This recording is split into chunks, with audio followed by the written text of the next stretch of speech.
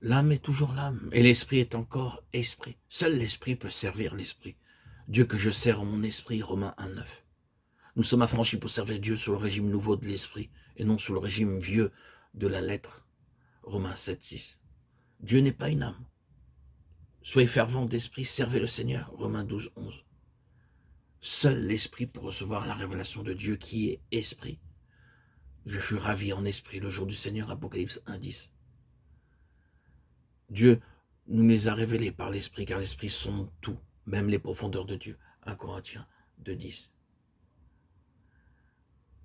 En effet, qui sait ce qui est dans l'homme, sinon l'esprit de l'homme qui est en lui? De même aussi, personne ne connaît ce qui est en Dieu, si ce n'est l'esprit de Dieu, 1 Corinthiens 2, 9, 11. C'est pourquoi les disciples du Christ ne le connurent pas réellement de manière vivante et réelle avant que quelque chose se soit fait en eux, et que le Saint-Esprit se soit uni avec leur esprit. Et il en est toujours ainsi. Seul l'esprit peut adorer l'esprit. Comprenons bien que Dieu a voulu être en toutes choses en relation avec l'homme et qu'il veut accomplir tous ses desseins par l'homme par le moyen de ce qui en l'homme était selon son image, c'est-à-dire par son esprit. Mais cet esprit de l'homme, pour des intentions divines aussi grandes, devait être maintenu en union vivante avec lui-même et ne pas enfreindre pour un seul instant les lois de son union avec Dieu en se tournant vers son âme ou sa vie personnelle consciente, raison, désir ou volonté, comme étant indépendant pour suivre son conseil ou être influencé par elle. Cela touche au cœur des tentations de notre Seigneur, de même que de la tentation d'Adam. Lorsque cela arriva pour Adam, la mort entra, et la nature de la mort.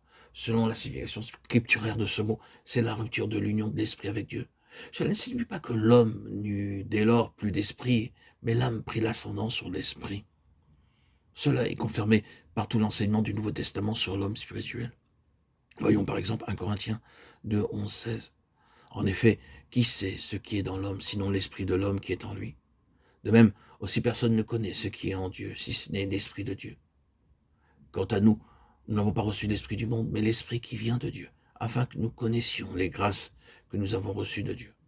Et nous en parlons non avec les discours qu'enseigne la sagesse humaine, mais avec ceux qu'enseigne l'Esprit exposant les choses spirituelles dans un langage spirituel. Or, l'homme naturel n'accueille point les choses qui sont de l'Esprit de Dieu, car elles sont pour lui une folie, et il ne peut les comprendre, parce que c'est spirituellement qu'on en juge. Mais l'homme spirituel juge tout et n'est lui-même jugé par personne, car qui a connu la pensée du Seigneur pour lui donner des leçons? Nous, nous avons la pensée de Christ.